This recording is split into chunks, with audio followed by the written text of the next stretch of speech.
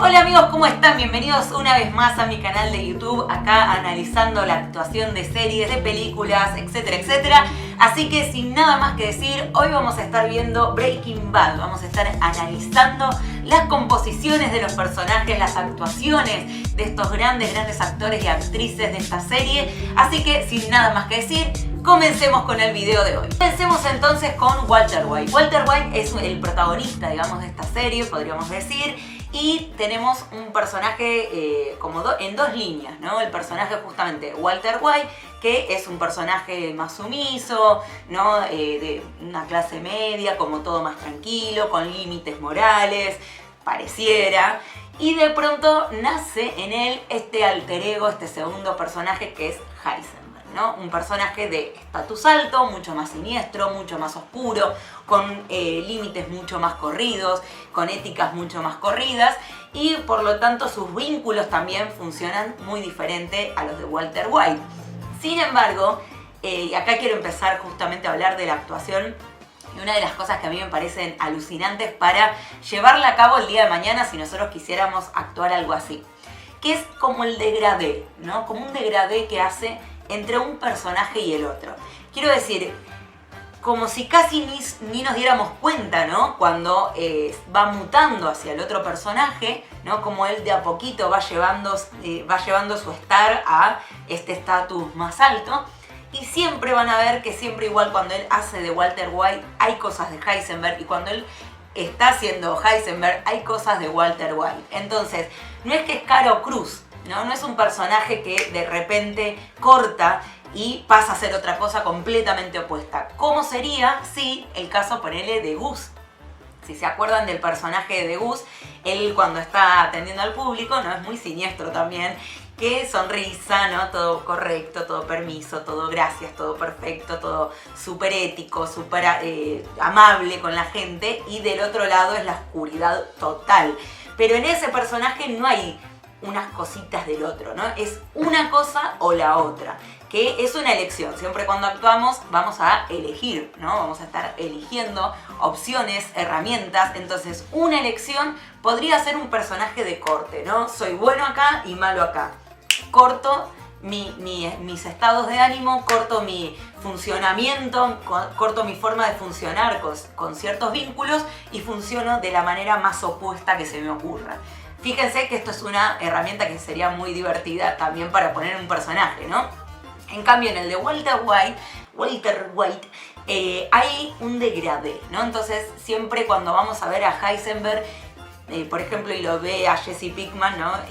Tiene cosas como casi de padre, ¿no? Entonces, de repente resuena este personaje de Walter White en Heisenberg. Y esto yo creo que es muy difícil realmente como actor de llevar a cabo, de decir qué cosas, ¿no? Pensar nosotros como actores, qué cosas todavía pueden seguir funcionando como botones, ¿no? Que siguen funcionando para activar estos personajes, ¿no? Como si todavía, insisto, si todavía hubiese residuos de la otra persona que yo era, e incluso cuando soy una persona completamente oscura hay residuos de esa persona buena que yo era antes, ¿no? Entonces voy mechando y voy trayendo un poco y un poco.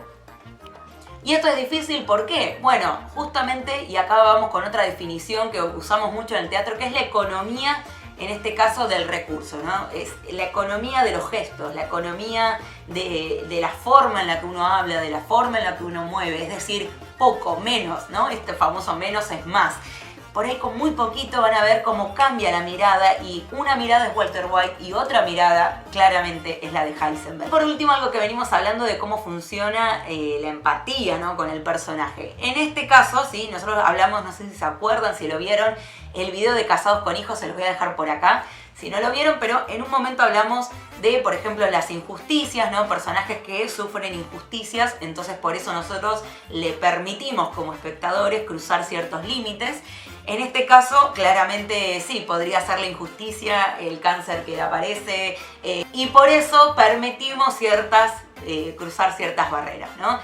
Y por un lado está entonces un personaje que se mueve por las injusticias, pero también, y acá aparece otra de las razones que genera empatía con el público, que es el Dom.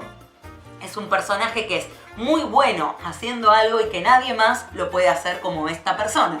En este caso, la metanfetamina que crea él, ¿no? Ese cristal azul que crea él y que nadie más puede hacerlo.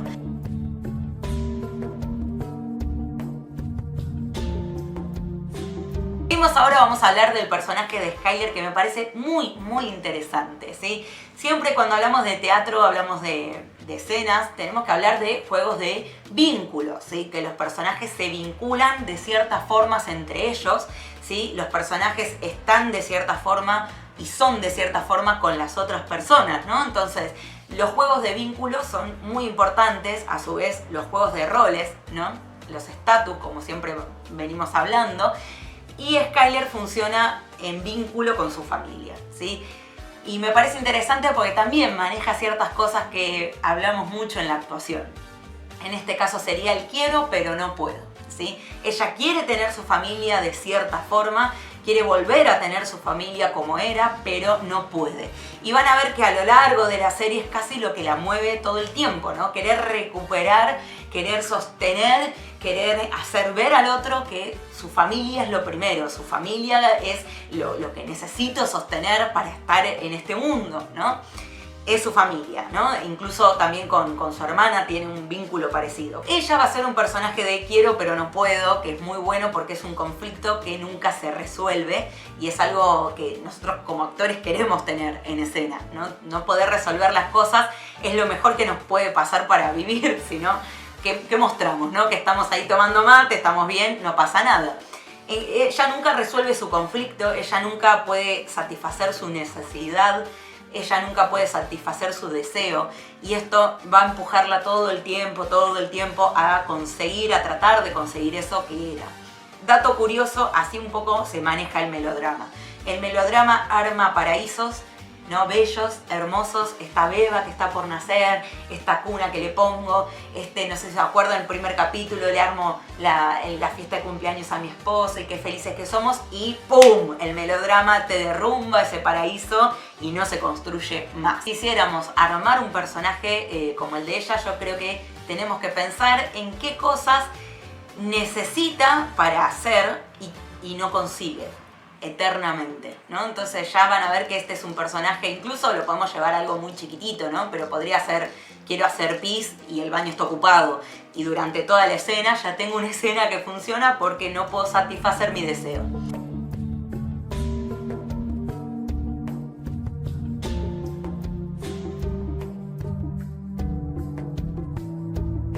Muy bien, quiero que pasemos entonces al personaje de Saul Goodman porque también alto personaje, no lo quiero dejar pasar por encima, tiene cosas muy divertidas de ver, de analizar también.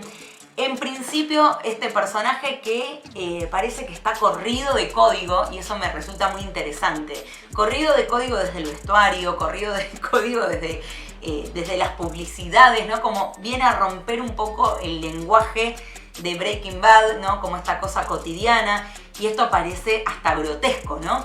Y funciona perfectamente. Pero en la serie de Saul Goodman, bueno, podemos analizar otras cosas porque abre mucho el campo, ¿no? Pero pensemos solamente en lo que conocemos por Breaking Bad. Si nos movemos por lo que conocemos en Breaking Bad, yo diría que este personaje también se mueve un poco por el don, ¿no? Como que tiene el don de representar, ¿no? Desde la abogacía, desde lo que él hace, desde su profesión, representar ciertos personajes que nadie lo haría. Si quisiéramos armar un personaje como el de Saul Goodman, yo diría que tenemos que pensar en un código distinto al del elenco, ¿no? Como pensar desde qué otro lado, incluso lo podemos pensar al revés. Imagínense que tenemos una comedia, son todos los personajes recontra cómicos y entro a actuar un drama. Hasta sería cómico, ¿no? Entonces produce el mismo efecto que nos produce cuando lo vemos a él.